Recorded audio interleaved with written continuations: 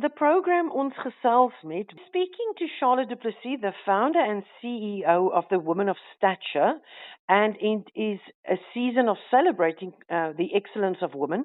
And this year, 2026, the Women of Stature Awards is around the corner and is taking place on the 11th of April in Joburg. So with over 1,000 nominations this year, the pipeline of female leadership in South Africa is stronger than ever. Now, joining us to talk about the 11th season of this incredible woman in the running is the founder and CEO, Charlotte du Plessis. Charlotte, welcome again to the program. Thank you, Corin. I appreciate the opportunity. Yeah, it's amazing, Charlotte. 13 years of impact, and now it's your 11th season, and that's a massive milestone. So I've been reading that there was over 1,000 nominations that you received this year alone. So how have you seen the caliber of these nominees evolve, and what does it say about the state of female leadership in South Africa? Well, I must tell you that first and foremost, thank you very much, and I appreciate this opportunity, as I've said before, and I do think it's such an important milestone. I just want to reflect a little bit over the Women of Stature history. We're actually in the 13th year since the brand has actually been formed, and this being the 11th season of the actual awards itself in South Africa. And the state of leadership in South Africa, oh my goodness, you know what? There's been a lot of transformation. There really has been over the years. And we can see it in all industries. So I believe that the state of female leadership in South Africa is both promising and challenging. Corin, the women are challenging the status quo. And I do believe that women have made remarkable strides in the politics, in business, in civil society, yet we still have systemic barriers and social norms that continue to limit their full impact. But I do think that there's been, a lot of transformation. We can see it where women are being placed in top executive positions in companies. You're looking at the large corporations that are recognizing the value that women can bring to the table, to the decision making. And, very interestingly enough, and I just want to quote some stats here, is that South Africa actually ranks amongst the top countries globally for women in parliament. Did you know that? Sure. And that women are holding around 47% of National Assembly seats. So I think in that respect, I think you can already just from that see that there's been massive strides made over the years. And I think that in itself just frameworks why the Women of Stature Awards is relevant, why it's necessary, because again, it just amplifies the voice of the woman, and it just again reiterates the incredible contribution that women are making, within the economy of South Africa, playing such an important role. And of course, yes, with all the categories, which I'm sure we're going to, speak about a little bit later. But yes, I'm very proud of how the women are leading, and it's definitely, there's been a major transformation. Now, being from the Western Cape, we are particularly proud of the local talent. You launched the regional awards in Cape Town recently. And what has the uptake been like from our local businesswomen? And are there any standout names from the Cape that we should be rooting for at the gala? Absolutely. The Western Cape has come in full force this year. Yes, you're quite right. We have announced that we are going regional.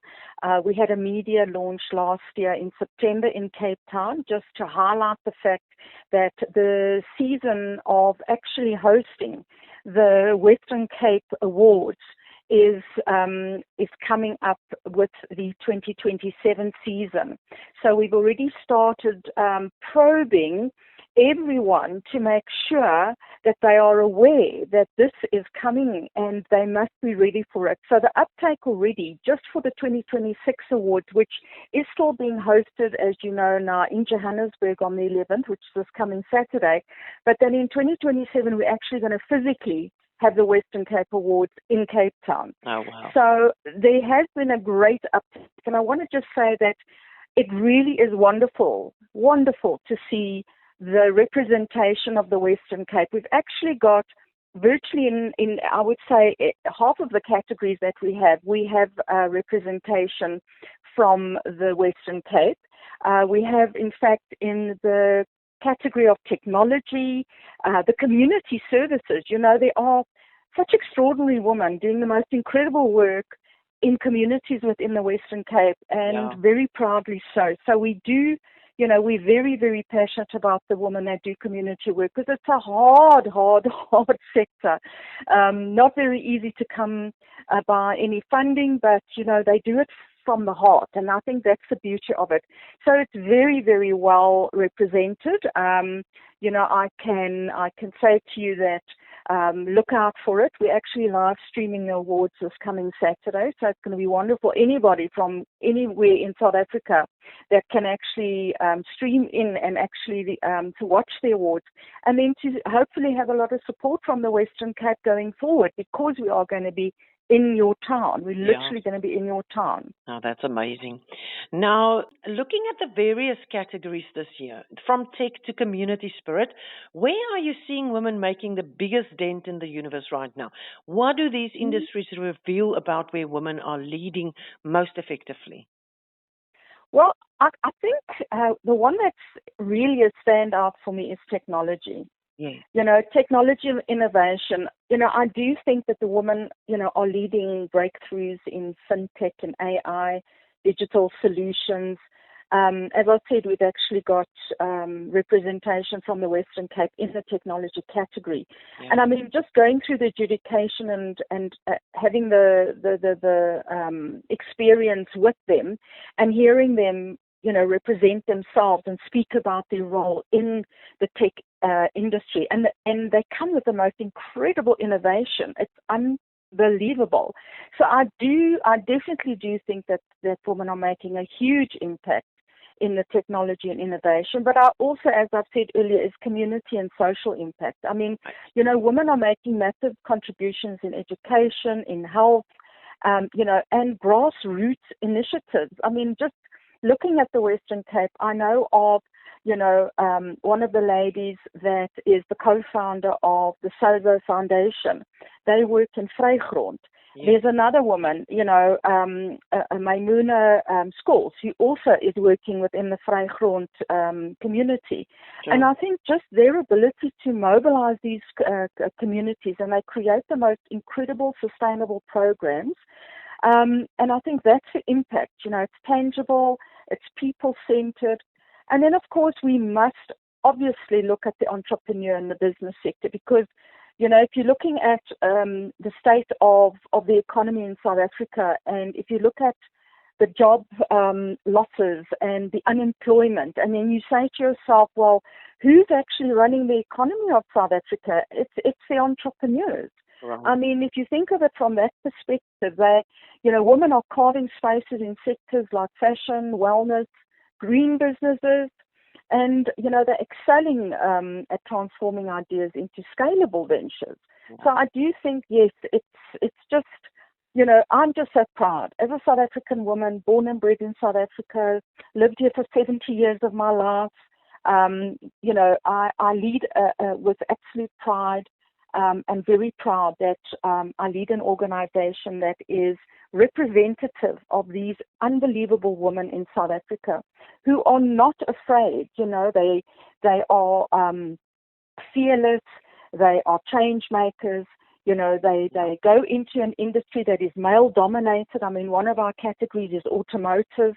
I mean, the automotive industry has always just been known to be a male-dominated industry, but right. you will not believe how many women have entered the automotive industry over the years and are leaders. I mean, they are CEO of major motor corporations in South Africa.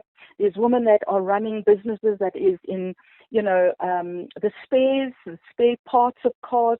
So women are just so resilient and they're so fearless. That's amazing. It's wonderful. The Women of Stature Award is known for its very rigorous adjudication process. So for a woman to truly stand out to your judges, what is the X factor she needs? And beyond the trophy, what kind of long-term mentoring or coaching do these nominees gain access to? It is very important that the woman represents herself as, in a very holistic manner. Yeah. Besides the fact that she's obviously a trailblazer in her industry, and she's someone that is obviously, leading or paving the way for others. So she's leading in a way that is paving the way. She's taking people with her. And I think that is, for me, the qualities of a leader is someone that is not self-centered, but is people-centered. And they actually lead to be able to help others to be able to lead as well. And I think that's what we look for in this woman. Is she's got first of all, she's got compassion. She has empathy, but she also has a tremendous heart for community work. So I know for myself and for many others that are already in our community, we stand as women that are holistic. We believe in community work. We believe in uplifting those that aren't in the same privileged position as what we are. And it's not a question of race and color or religion or anything like that. We're a neutral platform to say that anybody that needs that hand to be able to lift them, take them forward. Now, obviously, in this sense, as a Woman of Stature organization, we are pretty much focusing ourselves on leadership as well as entrepreneurship and building businesses, because that's what is going to support her family, and the families of those that she employs. So it's very important that we are also focused. And if that is that woman, and that is what she is, that is what she stands for and she represents, then she gets the tick. Yeah. And I think every single one of the ladies that has made it through to the finale, I can promise you, they tick all those boxes. Yeah. Every single one of those boxes. And that is what basically the judges were looking for. And it was very difficult for them. Yeah. Karen, it's extremely difficult. I mean, when you read these bios, and words don't necessarily land when it's written in a bio. And that's what I've realized as well. And I've said to the ladies, when you show up for your interview, that's when you shine. That's when you shine through. And everything that you have accomplished, be proud to present that.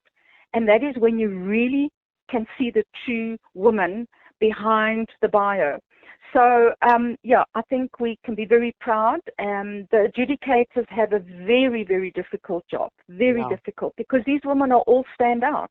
Yeah. Once they've made it through because it's a very long program that we run, and you were asking that follow-up question to this was, is there mentoring and what happens after? Now, I want to tell you, since the day that these ladies were nominated, which was way back in 2025, because we start the process in May of 2025 for the season. Yes. They then get nominated. They go through a vetting process. We must make sure that these women are 100% ready to take on this journey with us, because it's a journey of growth, development, and we really want them to shine at the end of the program. And so we run 6 workshops with them. We talk about how do you present yourself on social media? What is your profile representing? What do people see when they see you on a social media platform? What are you representing? So we actually show them about personal profiling. We teach them about it. We teach them about the importance of public relations. And, and what you say and what you represent in a biography. Is that representative of you when you're on a social media platform? So it's very important for us also to give these ladies the practical tools of how to navigate themselves socially and professionally, because that's very important. So we do run various workshops. We actually have completed those workshops, and then, of course, the adjudication process happens. We teach them exactly how to show up. We show them how to show up. So it is it's a program with depth, with essence, with value, that when they walk away, it's tangible. They've learned something. They've got something to look back at and say, I've had 6 months of constant learning without having to pay a cent for it. Yeah. Because that's our pay forward to these ladies. Yes. All we expect of them now is, should they be the category winner and the overall winner, that's when they're going to be our brand ambassadors. So they're going to basically be representing our brand from that moment onwards, because then they're part of the alumna. And I think that's like anything in life. When you have accomplished something, you've received this award, you should be proud and own it. And then that's the expectation from us, to say, please own it and please respect it. But this is how we're going to support you. We continue with a lot of public publicity around them throughout this time, plus now afterwards. We do a winner's high tea. We organize interviews for the winners. So there's a lot of publicity for them also afterwards. So yes, it's a very well-oiled engine. Yeah, that's amazing. The Woman of Stature Awards, yes. And we can't wait. The gala event is on April the 11th. And it's said to be a prestigious night for over 10,000 women recognized by this platform to date. So who are the partners now, Charlotte, making this empowerment possible? And for those listening, you want to follow the journey or support these women, where can they go and where can they watch this and stream this on Saturday? Okay, so as I said, we do have a live streaming happening. And there is a link on our website, as well as on all our social media pages. There's a link to register and to be able to watch it. There is a small fee of 150 Rand to be able to log into the system where the live stream is going to be. But yes, our partners again this year, very proud, extremely proud. We've got global partners. We have BP World, which is one of the largest logistic companies in the world. Sure. And they are one of the sponsors. They're actually sponsoring the community category. Then we also have the University of Johannesburg, but in particular, the Center of Entrepreneurship, which is a Johannesburg Business School, and they are sponsoring the entrepreneur category. So you can hear that these are large corporations, and they're not, notwithstanding this, but Old Mutual. Old Mutual has been one of our supporters now for a number of years as well. Again, the financial category is sponsored by them. So we do have some really, very, very significant partners. Right. And, obviously with us moving into the Western Cape now for the 2027 season, so May we open with our nominations for 2027 season. Then we already want to ask sponsors to come on board, because, if we have them on board early, then we can already start, the partnership. And obviously we're going to ask for partners to come out of the Western Cape. So if any industries are watching or listening, please, reach out to us. We would love to partner with you. Right. Now, Charlotte, thank you so much for joining us for the work that you're doing by elevating South African women. And I can't wait to see who takes home the gold on the 11th. Oh, Corin, thank you so much. I do appreciate your time and this opportunity to speak to your listeners. It's just so wonderful that the Western Cape is so well represented. We've had a wonderful reception from the Western Cape, from the media of the Western Cape, and people like you are making it possible for us to be able to reach more women within your province as well. So thank you so much. It's a pleasure. And thank you for your time. We'll speak again then. Thank you. Bye. Thank you. Bye.